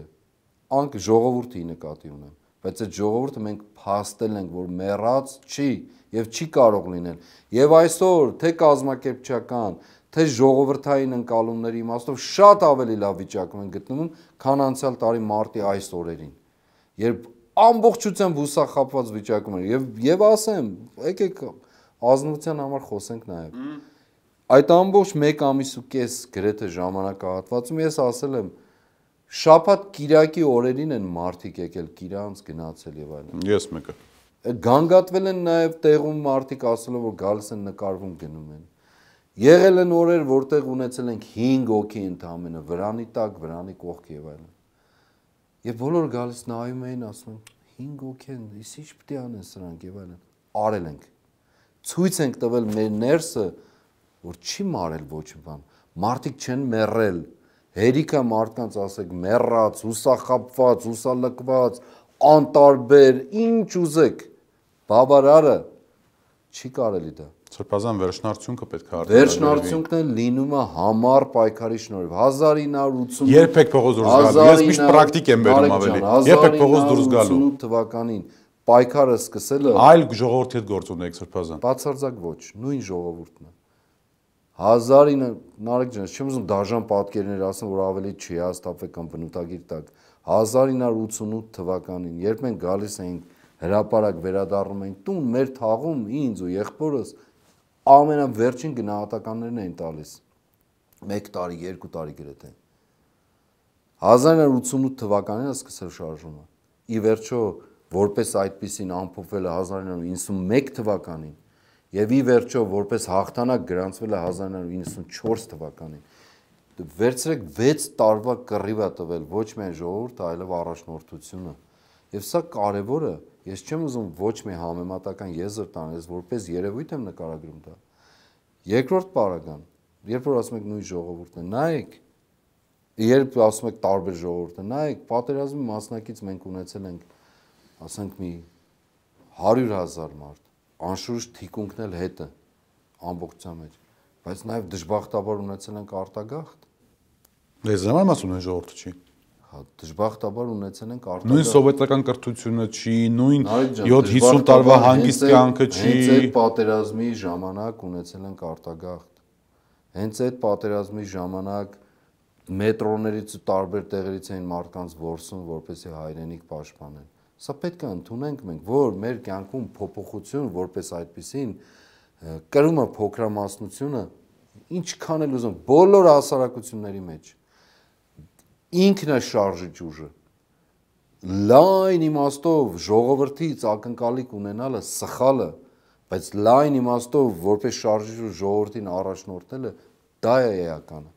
Դա է էական, ուրիշ ոչ մի բան։ Վերջին հարցը փողոց երբ եք դուրս գալու սրբազան։ Շատ անհամբեր եք։ Փողոց դուրս ենք մենք անցյալ շաբաթ արդեն մոտ էինք շատ ամեն ինչին։ Ես հիմա չեմ ուզում շատ գաղտնիքներ բացել։ Բայց մեր խնդիրը հետեւյալն է։ Երբ էլ որ դուրս գալու ենք, վաղը, մյուս օրը, մյուս օրը, ամեն օր մենք կանգնած ենք աղետի առջև։ Ես կոնկրետ օր չեմ արձանագրելու, բնականաբար չեմ արձանագրելու, բայց դրա մասին կլսեք։ Առաջիկայում Շատ առաջիկայում, այո։ Ուրիշ ինչ կա տարբերակ։ խափեցի վերջին հարցը չէր։ Այմա վերջին հարցը։ Գյումրի ընտրություններից ինչ որ ակնկալիք ունեք։ Դա կարող է, չեմ ասում ով որ տեխնացուն ինչ հաղթի, դա կարա վերածվի համապետական ազդեցության տրիգերի, այսպես ասեմ։ Միգուցե հնարավոր է։ Միգուցե, չգիտեմ ինչ ինչ համամասնություններ են լինելու, ինչպես լինելու, ամեն դեպքում Այսինքն եթե ԿՊ մի երկրորդ խոշոր քաղաքում պարտվի, դա ունենա այսպես բաներ, ալիք դեպի Երևան։ Այս մարդը սովոր է ամեն ինչը վաճառելու, չէ՞։ Վաճառական է, չէ՞, հոգևոր վաճառական է, խոսքի վաճառական է, ուղղակի չարիքի մասին է խոսքս։ Ուրեմն նույնիսկ այդ պարտությունը կարող է փորձել դարձնել որպես, ինչ ասեմ, Ժողովրդավարության հաղթանակ։ Ժողովրդավարության հաղթանակ, արդեն գնացել Գյումրի։ Նայեք չփորձենք, ասենք զարմանալու տեղ չկա ոչ էլ գնահատականներ տալու, բայց նվաստության, ստորության աստիճան նայեք։ Իրենք ասում են քաղաքական եւ այլն խնդիր, քաղաքական ընտրություններ չեն սրանք եւ ընդհանրապես թիմ ընտրություններ, վարչապետի մակարդակով գնում են այնտեղ կանգնում ու ինչ թեմա են խոսում։ Ինչ թեմա։ Գյումրու ընտրությունները կարծես ոչ մի բան լինեն, չէ՞։ Ինչեր էին խոսում, թեմատիկան ինչ էր։ Այս ինչու եմ հասկանում ինչի մասին։ Ամբողջությամբ, այսինքն, եւ այո, պետք է ԿՊ-ն ոչ միայն Գյումրիում, ամենտեղ պարտվի, ամենտեղ։ Իմ խնդրանքը, հորդորն է, նաեւ կոչն է, ինչ ասեմ, ցանկությունն է, որ իրապես ընդդիմադիր մարդիկ, ոչ թե իրապես ընդդիմադիր, այլ մի ընդդիմադիր հատվածը, մասնակիցները կարողանան եզրեր գտնել ի վերջո միասնական դրսևորում ունենալու